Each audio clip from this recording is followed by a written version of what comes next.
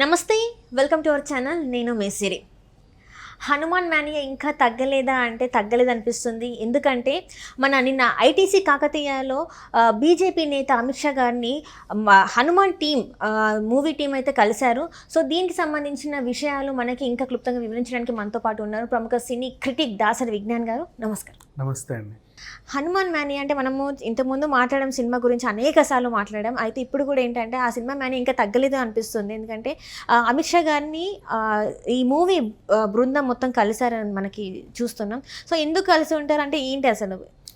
తక్కువ బడ్జెట్తో సినిమా తీసి 300 కోట్లు 400 కోట్లు కలెక్ట్ చేస్తే ఏ సినిమానైనా సరే కొంచెం ఈ మోడీ ప్రభుత్వం గుర్తిస్తుంది. మనం గతంలో కూడా కాంతారాని చూసాం. అవును, కాంతారా సినిమా చాలా తక్కువ బడ్జెట్తో వచ్చి 350-400 కోట్లు కొల్లగొట్టేసింది. అన్ని భాషల్లో కలిపి ఇంకెక్కువే వచ్చింది. ఐక్యరాజ్య సమితిలో దాన్ని ప్రదర్శించారు. నిర్మలా సీతారామన్ చూశారు, మోడీ గారు చూశారు. అంతవరకు ఓకే. నెక్స్ట్ ఆ తర్వాత కాశ్మీర్ ఫైల్స్ అంటే వాళ్ళే కావాలని ప్రాజెక్ట్ చేసుకున్నారు. దాని గురించి మాట్లాడుకోవడం దండగా. ఇంకా కార్తికేయని కూడా అలాగే చందు మొండేటిని అందరూ కలవడం జరిగింది. సో అది కూడా మోస్తారు పర్వాలా. ఇప్పుడు అసలు విషయానికి వస్తే హనుమాన్ సినిమా వీళ్ళు పెట్టింది చాలా తక్కువ, 15 కాస్త అటు ఇటుగా ఎంతో కొంత. దానికి వచ్చిన కలెక్షన్స్ మాత్రం 300 కోట్లు. అండ్ ఇంకా అసలు ఇప్పుడు కూడా అది ఏదో థియేటర్లో ఆడుతూనే ఉంటుంది, ఎవరో ఒకరు చూస్తూనే ఉంటారు. ఈరోజు కూడా బ్లైండ్గా చెప్పొచ్చు, అంటే ఏదో మారుమూల ప్రదేశాల్లో అక్కడిక్కడ. సో ఆ టైపుగా సినిమాని చాలామంది ఆదరించేసరికి ఆ విషయం కూడా పైదాకా వెళ్ళింది. అమిత్ షా గారు ఈ టీంని పిలిచి ప్రశంసించడం జరిగింది. అండ్ నెక్స్ట్ అంతకు మించి ఇది రాముడి సినిమా, హనుమంతుడి సినిమా. పార్ట్ 2 రాముడికి ఇచ్చిన మాట, ఫస్ట్ ఏమో హనుమాన్. సో ఇలా ఉండేసరికి కేంద్రంలో బీజేపీ వాళ్ళకు కూడా ఎక్కువ హిందుత్వ వాదన ఎక్కువ ఉంటుంది కాబట్టి వాళ్ళు కూడా ఆదరించారు. అండ్ అందరికీ నచ్చింది. అంతకుముందు ఆదిపురుషు తీస్తున్నప్పుడు ఆ యూనిట్ని అయోధ్య తీసుకెళ్ళి ఏదో చేశారు. తర్వాత దాని మీద బాగా విమర్శలు వచ్చేసరికి వాళ్ళని కొంచెం దూరం పెట్టారు. తర్వాత హనుమాన్ టీంని ముందు నుంచి కూడా వీళ్ళు నెత్తిన పెట్టుకుంటున్నారు. అండ్ తర్వాత ఇంకో సినిమా చెప్పాలంటే కార్తికేయ 3 కూడా నెక్స్ట్ మోడీ, అమిత్ షా గారు అండ్ నిర్మలా సీతారామన్ గారు నాకు తెలిసి ఈ బీభత్సమైన ప్రచారం చేస్తారు. దాని గ్లిమ్స్ సస్పెన్స్గా ఈ శ్రీరామనవమికి విడుదలయ్యే ఛాన్స్ ఉంది. కార్తికేయ 3 ఏంటంటే ఇప్పుడు పార్ట్ 1 మన అదేంటది సుబ్రహ్మణ్యపురం చుట్టూ తిరిగి, పార్ట్ 2 వచ్చి ద్వారక చుట్టూ తిరిగింది, పార్ట్ 3 వచ్చేసి అయోధ్య రామ మందిరం చుట్టూ తిరుగుతుందంట. సో వాళ్ళు కూడా దాన్ని నెత్తిన పెట్టుకునే ఛాన్స్ అయితే ఉంది.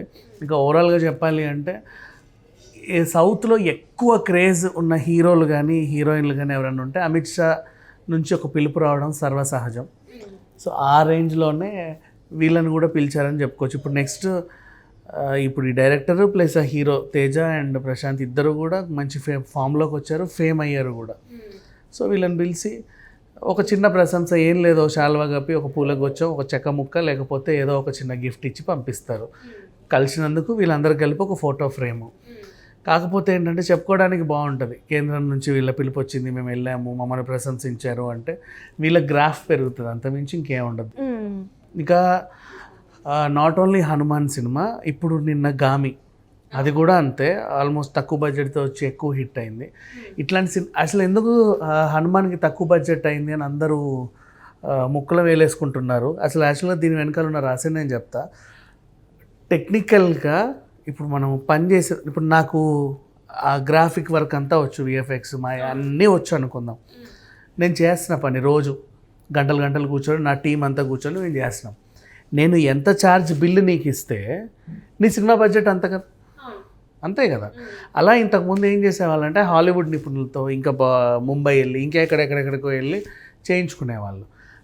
వాళ్ళకి వేసే బిల్లే సినిమా బడ్జెట్. వాడు 10 కోట్లు అడిగితే 10 కోట్లు, 100 కోట్లు అడిగితే 100 కోట్లు, 1000 కోట్లు అడిగితే 1000 కోట్లు.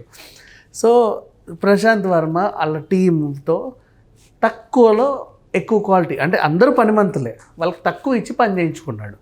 ఇంకా వాళ్ళు ఫ్రీగా చేసిన ఆశ్చర్యం లేదు చెప్పాలి అంటే, వాళ్ళందరూ ఒకటే ఆ టీం మెంబర్స్ అందరూ. సో తక్కువ బడ్జెట్ అయింది అంతే, అంతమించి ఇంకేంలా. తక్కువలో వచ్చేసింది, మా పని వాళ్ళందరూ తక్కువకు చేశారు. అంటే చాలా మంది దర్శకులు ఏంటంటే హై బడ్జెట్ అది మనం ఆదిపురుష చూసుకోవచ్చు, ఎన్నో కోట్లు పెట్టి తీస్తే తీరా అవుట్పుట్ వచ్చేసరికి అసలు ఏ ఒక్కరు కూడా దాన్ని ఆహ్వానించలేకపోయారు సినిమాని. అది వాళ్ళ కర్మ. యాక్చువల్గా చెప్పాలి అంటే పనిమంతుడు ఎవడు అనేది ఎంచుకోవడంలో ఫెయిల్ అవుతున్నారు వీళ్ళు, అంతే.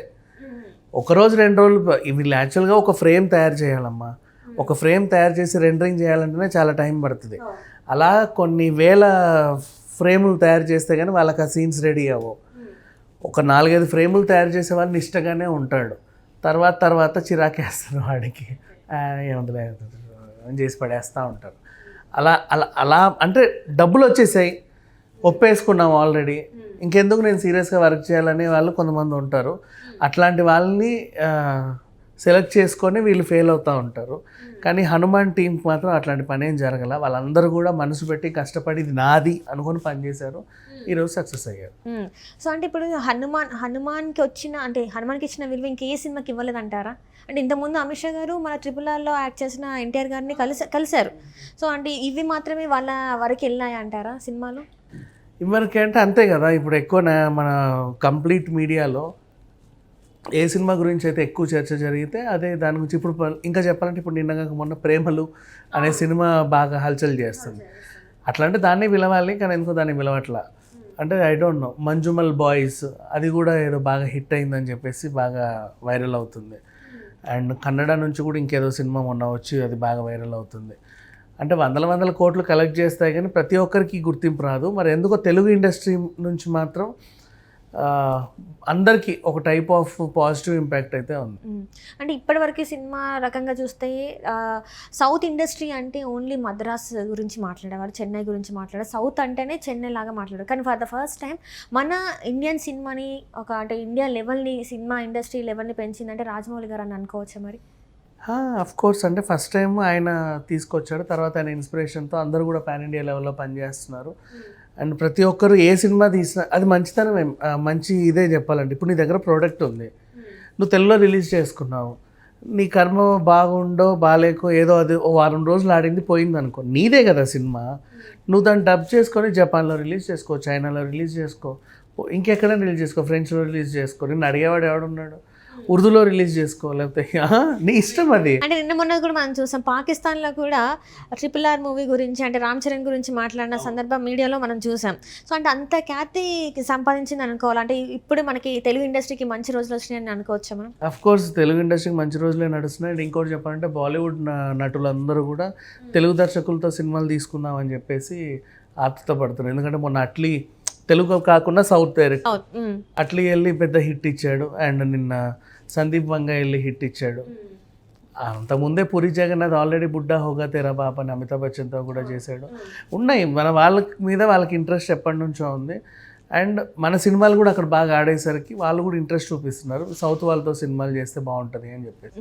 మొత్తానికైతే మన తెలుగు సినిమాల రేంజ్ అయితే పెరిగింది అంటారు. Right. Thank you so much అండి.